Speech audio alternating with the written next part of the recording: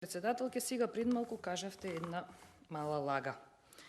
Седницата е закажана на 28.3 и од 28.3 до денес нема 10 дена, туку се помалку од 10 дена.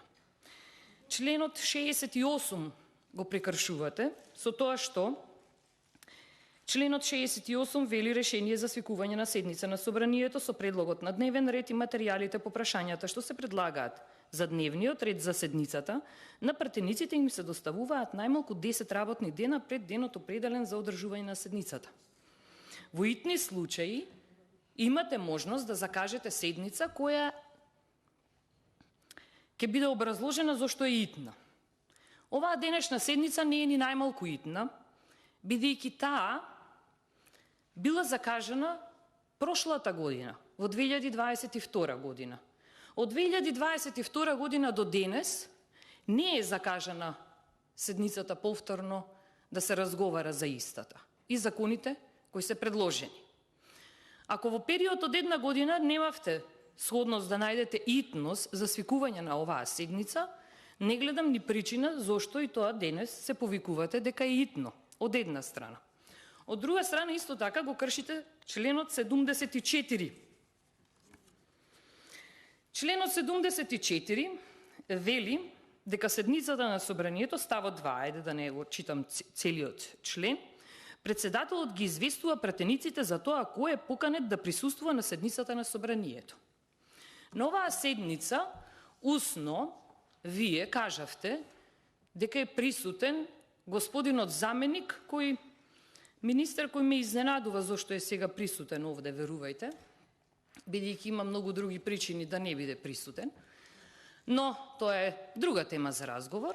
Јас не добив како пратеник писмено известување дека заменикот министер ќе биде присутен на седницата, бидејќи предлагачи на законите кои ни се на дневен ред се одредени други ликови, а господинот заменик министер не е предлагач. И сега прашањето е во кое својство сте дојдени денес овде?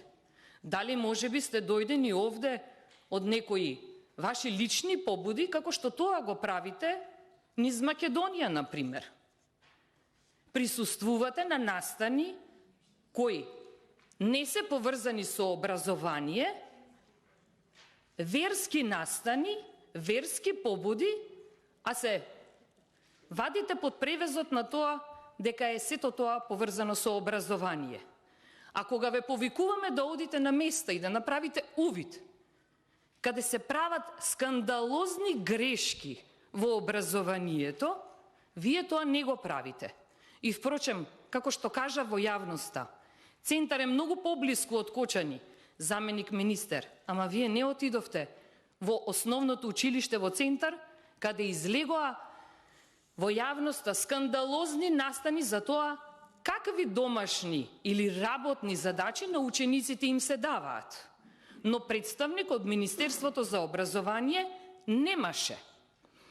Дали треба денес да зборуваме и каде е вината за тоа, зошто денес баш е свикана оваа седница, кога вие имате обврска според законот за прекршоци кој е изгласан во 2019 година, а истиот во членот 132 вели дека истиот треба да се усогласи во рок од 6 месеци од денот на влегување на овој закон. Јавете се, колешке Зендели, ако имате некакви забелешки. Знам, но дозволете и не ме прекинувајте. Значи, ама вие како можете да ја знаете мојата мисла? Како овака дофрлате?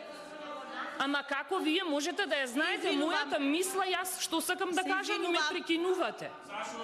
Вие немате право да ме прекинувате мене. Колешки и колеги. И да дофрлате од место. Ве молам да не ме прекинувате. Се извинувам, колеги и колешки.